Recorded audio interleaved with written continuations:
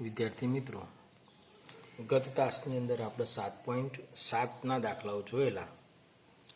7.8ની અંદર સરવાળાના લક્ષ તરીકે જે સંકલન મેળવીએ છીએ નિયત સંકલન, પણ એ આપણા સિલેબસમાંથી આ વર્ષ પૂરતું કાઢી નાખેલું છે, જેથી કરીને આપણે 7.9 વિશે સીધી વાત કરીશું. નિયત સંકલનની અંદર જશું તો કોઈ પણ વિધેય હોય એ એ બી ઉપર સતત હોય. વિધેય એફ એ અને બીના એક સમૃદ્ધ અંતરાલ પર સતત વિધેય હોય અને એફનું પ્રતિવિકલિત એટલે કે સંકલન કેપિટલ એફ હોય, તો ઇન્ટિગ્રેશન ઓફ a થી b fx dx is equal to એનું સંકલન કેપિટલ fx થાય અને એની જે લિમિટ છે a થી b રહેશે. એમાં પછી પહેલાં આ કેપિટલ fxમાં b મૂકવાનો xની જગ્યાએ અને પછી a મૂકવાનો અને એ બંનેની બાદબાકી કરવાની fb માઇનસ fa. આ આપણો જવાબ થાય. દાખલા તરીકે અહીં વાત કરીએ તો -1 થી 1 x plus 1 dx.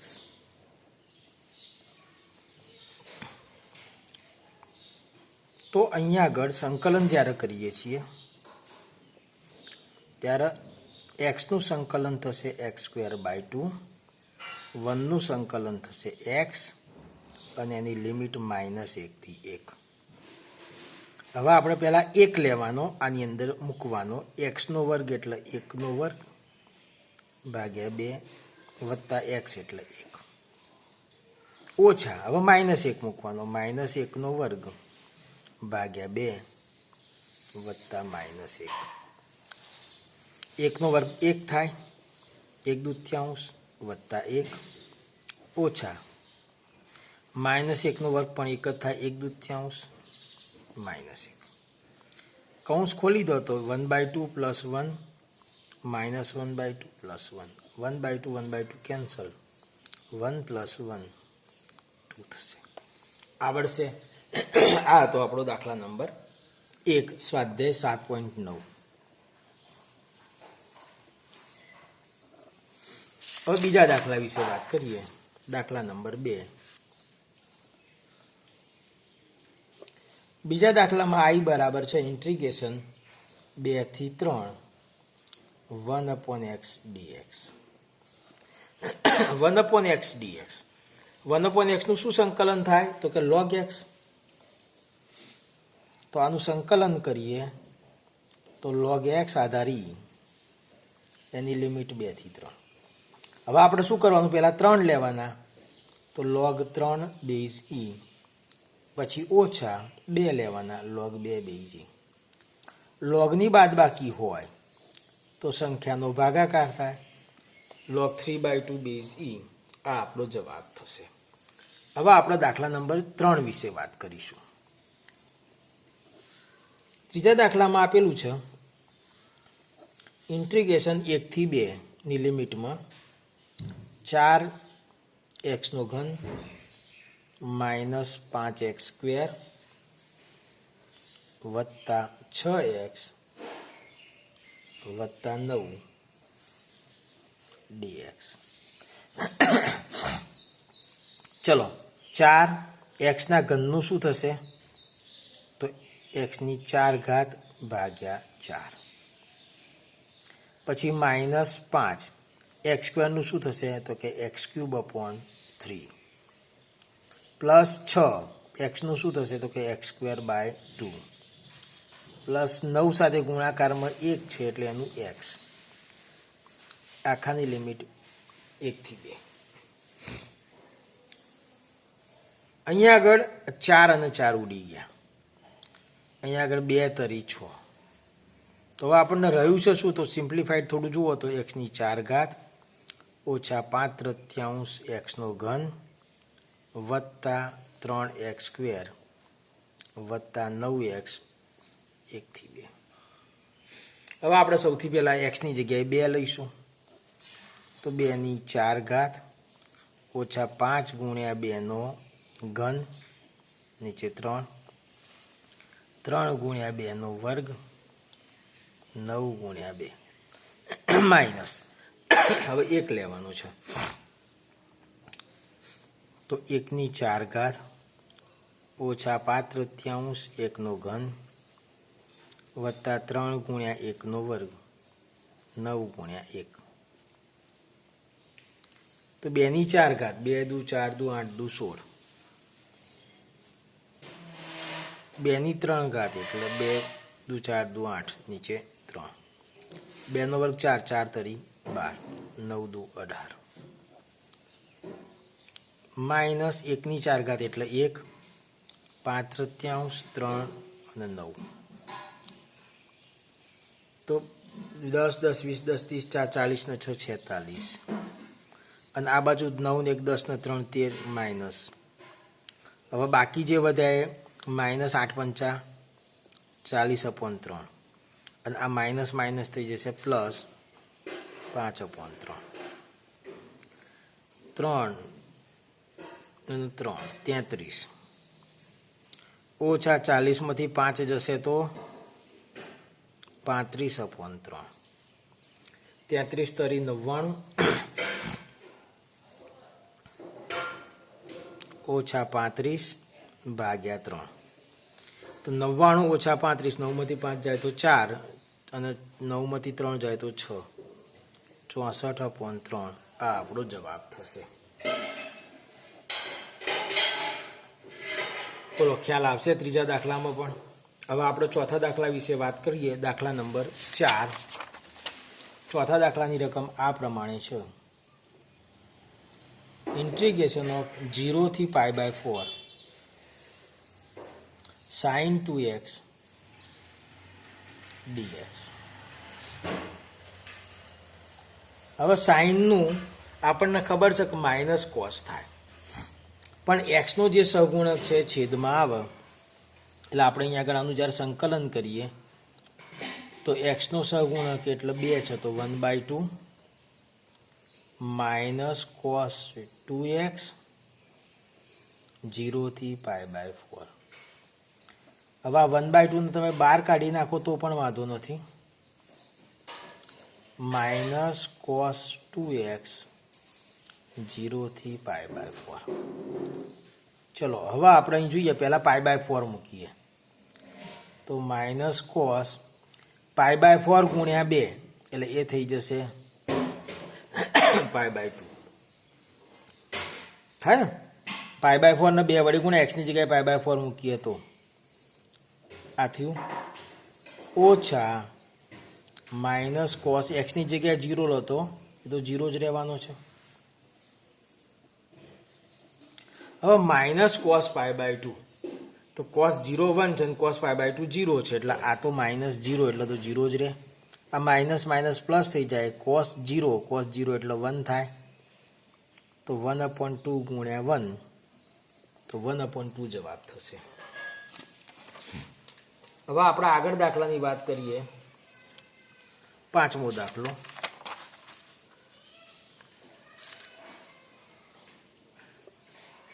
Integration of 0 થી π/2 cos 2x dx. તો I બરાબર 0 થી π/2 cos 2x dx. હવે આપણે જાણીએ છીએ કોસનું થાય સાઇન. સહગુણક 2 છે એટલે 1/2 sin 2x 0 થી π/2. 1/2 ને તમે બહાર કાઢી નાખો, સાઇન 2 ગુણ્યા પહેલાં એક્સની જગ્યાએ π/2 લો, ઓછા સાઇન 2 ગુણ્યા એક્સની જગ્યાએ 0 લો. 2 કેન્સલ થશે એટલે સાઇન પાઈ ઓછા સાઇન 0. સાઇન પાઈની કિંમત, તો અહીંયા આગળ આપણે સાઇન પાઈ વિચારો તો 0 મળશે, બરાબર છે. 0 આગળ પાઈ/2 આગળ સાઇન 1 થાય, 0 અને પાઈ આગળ બંને જગ્યાએ 0 થાય, એટલે 1/2 0 ઓછા 0, 0 જવાબ થશે. છઠ્ઠા દાખલાની વાત કરીએ. I is equal to integration of 4 થી 5 e raised to x dx. હવે અહીંયા આગળ e raised to x નું ઇન્ટિગ્રેશન તો e raised to x જ થાય છે. હવે આપણે અહીંયા આગળ પહેલાં 5 લઈએ તો e raised to 5, પછી 4 લો તો e raised to 4, બરાબર. e raised to 5 minus e raised to 4, આમાંથી ની 4 ઘાતને તમે કોમન કાઢો તો e -1, આ તમારો જવાબ થશે. છઠ્ઠો દાખલો. હવે આપણે સાતમા દાખલા વિશે વાત કરીશું.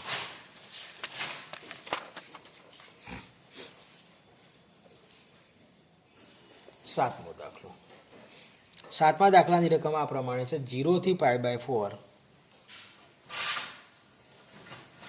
10x dx.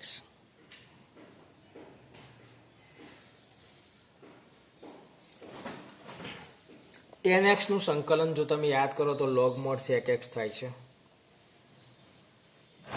બરાબર. tan x છે એટલે sin upon cos, cos નું ઉપર વિકલન માઇનસ sin થાય એટલે log mod sec x થઈ જાય. આપણે સૂત્ર પણ લખેલું છે તો લઈશું.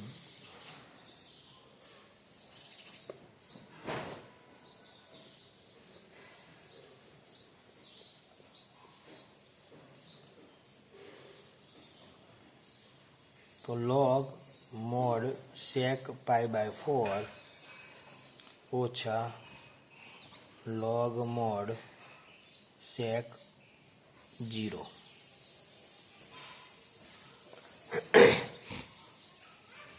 હવે sec π/4 ની કિંમત કેટલી? તો કે √2.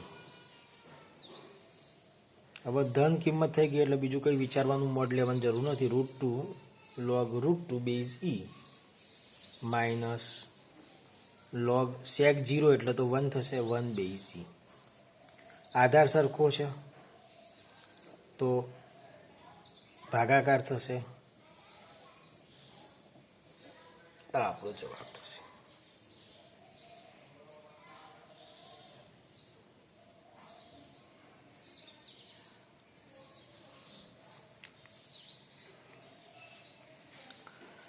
આમાં તમારે હજુ થોડું સાદરૂપ આપવું હોય તો √2 છે એટલે એ 2/1/2 ઘાત છે. ઘાત ગુણાકારમાં લાવો, કોઈ ફેર બીજો પડશે નહીં. આ જવાબ પણ ચાલશે, આ જવાબ પણ ચાલશે. હવે આપણે આઠમા દાખલા વિશે વાત કરીએ.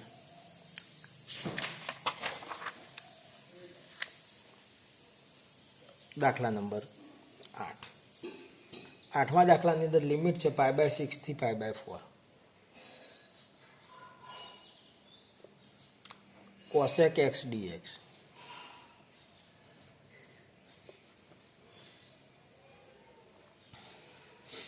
તો cosec નું જો તમે જુઓ જાઓ તો cosec ગુણ્યા cot થશે.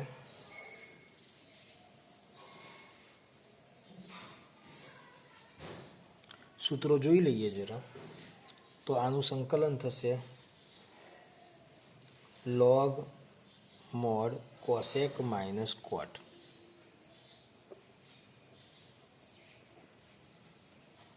અને એની જે લિમિટ છે π/6 થી π/4 થશે. log mod cosec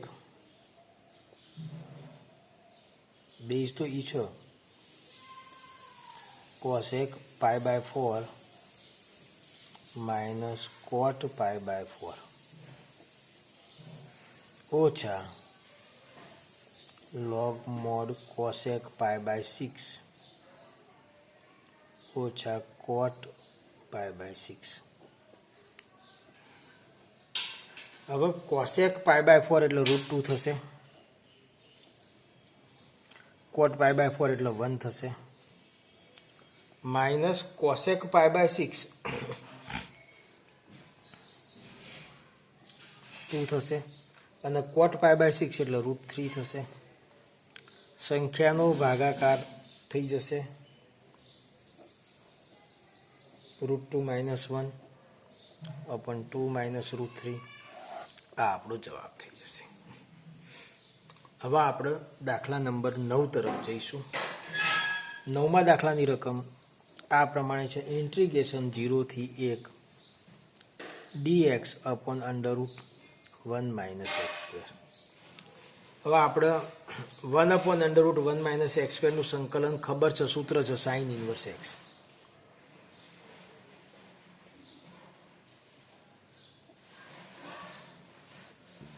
sin inverse 1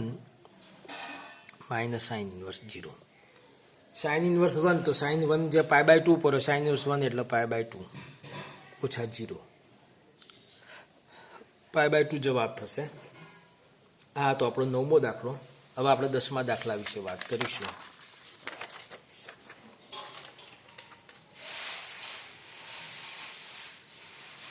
દાખલા નંબર 10. 10મા દાખલામાં છે 0 થી 1 dx upon 1 + x². હવે 1 upon 1 + x² નું સૂત્ર છે tan inverse x. tan inverse x 0 થી 1 એટલે tan ઇન્વર્સ 1 - tan ઇન્વર્સ 0.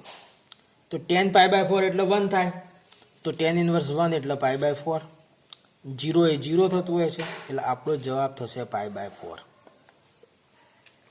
હવે આગળના દાખલાની વાત કરીએ. 11મો દાખલો. ઇન્ટિગ્રેશન 2 થી 3 dx upon x² - 1. તો અહીંયા આગળ તમે આનું થોડુંક સિમ્પ્લિફાઈડ કરો અથવા તો ડાયરેક્ટ સૂત્ર વિચારો. 1 upon x² - a² નું log mod x - a upon x + a. બરાબર. તો અહીંયા આગળ જોઈશું.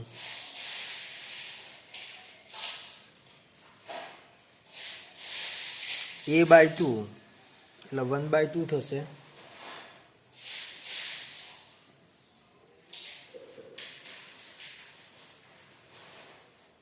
log mod x - a upon x + a.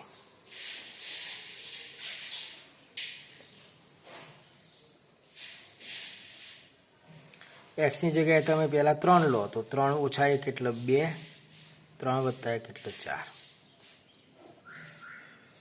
પછી 2 લો તો 2 - 1 એટલે 1, 2 + 1 એટલે 3.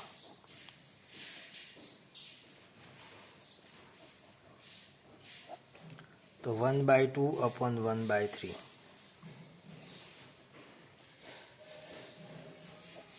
તો 3/2. ખ્યાલ આવશે? દાખલો સરળ છે, અઘરો નથી. અહીંયા dx x² - a² a બરાબર 1 છે તો a/2 આપણું સૂત્ર સીધી સાદી રીતના થઈ જશે. અને તમે આના આમ પણ કરી શકો છો જો કરવું હોય કોઈનું. તો આનું સાદરૂપ આપવું હોય ઇન્ટિગ્રેશન 2 થી 3 1/2 x + 1 + x - 1 નીચે x + 1 × x - 1. આ 1/2 બહાર નીકળી જશે. આના છેદમાં લખશો એટલે 1 upon x - 1 થશે, વત્તા આના છેદમાં લેશો એટલે 1 upon x + 1 થશે. લોગવાળા સૂત્ર આવશે, તમને સરળતાથી જવાબ મળી જશે. પછી તમારે લિમિટ મૂકવાની છે અને ગણવાનું છે.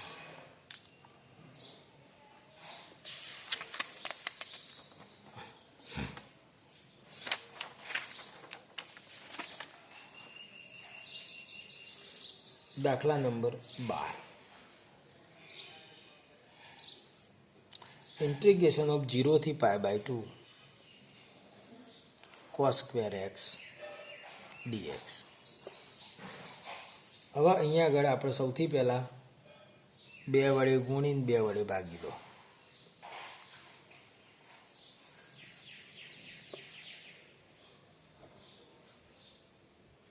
ટુ કોસ સ્ક્વેર એક્સનું સૂત્ર 1 પ્લસ કોસ 2x.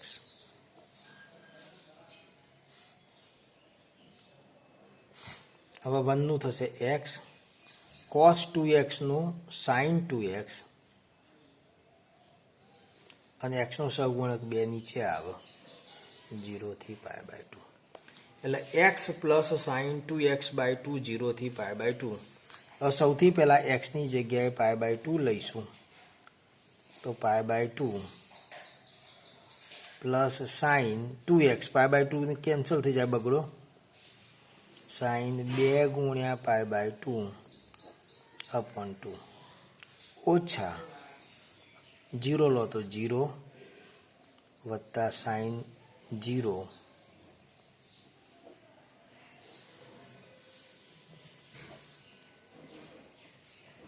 બગડો કેન્સલ થશે, સાઇન પાઈ, સાઇન પાઈની કિંમત પણ 0 જ થવાની છે,